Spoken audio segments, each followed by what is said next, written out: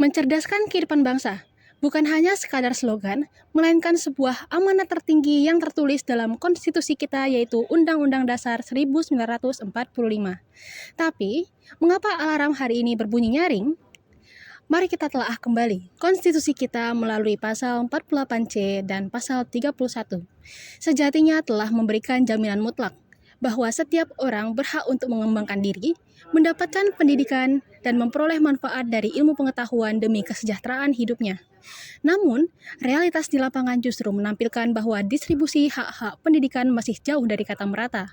Buktinya, mari kita lihat fakta di lapangan. Pembangunan atau OECD pada 2018, keterampilan membaca, matematika, dan sains anak berusia 15 tahun di Indonesia. Informasi lainnya, saudara, di tengah kemajuan pendidikan dan teknologi, masih ada sekolah di pedalaman Kabupaten Kupang, Nusa Tenggara Timur yang bangunannya tak layak sebagai tempat belajar. Salah satunya adalah SMP Negeri 5 Amabi Oveto yang jadi salah satu potret buram dunia pendidikan tanah air. Pemerintah mengakui walau partisipasi koleksi buku dan alat belajar mengajar. Beginilah kondisi gedung SMP. Di kampus ini, kesibukan akademis menjadi bagian yang tak terpisahkan dari rutinitas kita sehari-hari.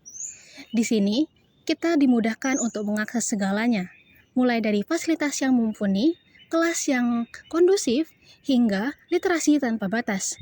Berkat hal itu, diskusi ilmiah dapat berlangsung di mana saja, kapan saja, tanpa hambatan. Semua terasa begitu wajar, begitu biasa. Tapi, sadarkah kalian bahwa rutinitas yang kita sebut sebagai aktivitas kita sehari-hari merupakan sebuah kemewahan? Kemewahan yang tidak dimiliki oleh jutaan anak Indonesia lainnya. Ketimpangan ini yang menjadi dinding pembatas, dinding tak kasat mata yang begitu nyata, yang membatasi mereka dari kesempatan yang sama. Dan hari ini, disinilah kita berdiri, bukan hanya untuk melihat, melainkan untuk memulai meruntuhkan dinding itu. Data Badan Pusat Statistik terbaru melukiskan realita yang pahit. Angka penduduk yang tidak atau belum pernah sekolah di wilayah pedesaan jauh lebih tinggi dibandingkan perkotaan. Namun, jurang itu kian melebar saat kita bicara mengenai pendidikan tinggi. Akses menuju bangku kuliah seolah menjadi privilege masyarakat urban.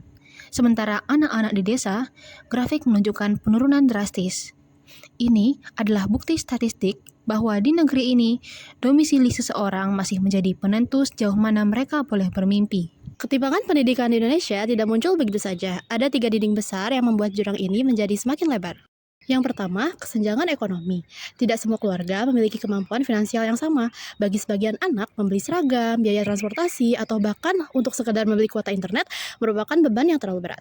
Dan pada akhirnya, anak-anak tersebut harus mengalah, mengorbankan masa depan mereka demi membantu keluarga agar dapat terus bertahan hidup. Kualitas guru yang tidak merata. Di kota, guru punya akses terhadap pelatihan dan fasilitas yang memadai. Namun, di banyak daerah, jumlah guru masih sangat terbatas. Kualitas guru yang berbeda melahirkan kualitas pendidikan yang berbeda pula. Dan yang ketiga, kesenjangan teknologi. Di saat internet cepat dan perangkat digital mudah diakses di kota, hal ini justru menjadi kemewahan tersendiri di daerah lain. Digital divide ini membuat banyak anak tertinggal, baik dari segi pelajaran maupun dari segi kemampuan yang akan menentukan masa depan mereka. Ketiga dinding ini menjadi pengingat bahwa tidak semua berjalan seadil yang kita kira. Semua bentuk ketimpangan ini tidak hanya berhenti pada akses dan fasilitas saja, tetapi dampaknya lebih besar daripada yang kita bayangkan. Pertama, jutaan anak berisiko putus sekolah. Mereka kehilangan kesempatan untuk belajar, kesempatan untuk mengejar mimpi, dan kesempatan untuk keluar dari lingkar kemiskinan. Ketimpangan ini juga menurunkan kualitas sumber daya manusia. Ketika generasi muda tidak memiliki akses pendidikan yang memadai, maka produktivitas bangsa ikut melemah. Pendidikan seharusnya menjadi jalan untuk memperkecil jurang ekonomi. Tapi ketika aksesnya tidak merata, jurang itu semakin lebar. Sebagian kelompok melaju cepat, sementara yang lain tertinggal semakin jauh. Dan ini bukan hanya masalah individu.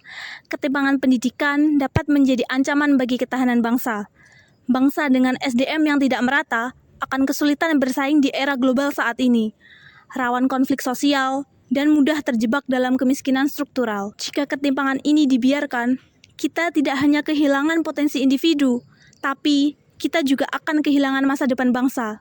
Kalau pendidikan yang timpang bisa melemahkan bangsa, pertanyaannya satu, Bagaimana kita bisa mencegahnya? Kita harus mulai dari kesadaran bahwa masalah ini bukan hanya sekedar urusan angka, bukan hanya sekedar urusan lembaga pendidikan, melainkan tanggung jawab kita sebagai satu bangsa. Kesenjangan ini nyata, dan selama kita membiarkannya, kita sedang membuka pintu bagi lemahnya ketahanan negara kita sendiri. Ketahanan bangsa bukan hanya soal ekonomi dan pertahanan, melainkan juga tentang sumber daya manusianya. Bangsa yang pendidikannya timpang akan kesulitan berinovasi, Kesulitan bersaing, dan kesulitan untuk mempertahankan stabilitas sosial. Inilah alasan mengapa pendidikan harus merata, mengapa setiap anak butuh kesempatan yang sama.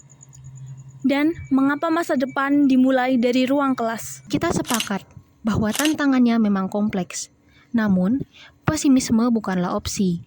Kita memerlukan solusi yang strategis dan terukur. Benar, di era ini transformasi digital adalah akselerator utama. Jika infrastruktur internet bisa merata hingga ke pelosok, akses terhadap materi pembelajaran berkualitas tidak akan lagi dibatasi oleh jarak geografis. Setuju, tapi ingat, teknologi hanyalah alat bantu. Esensi pendidikan tetap terletak pada kualitas tenaga pengajar. Di sisi lain, hambatan ekonomi juga harus diatasi. Misalnya, melalui beasiswa yang tepat sasaran.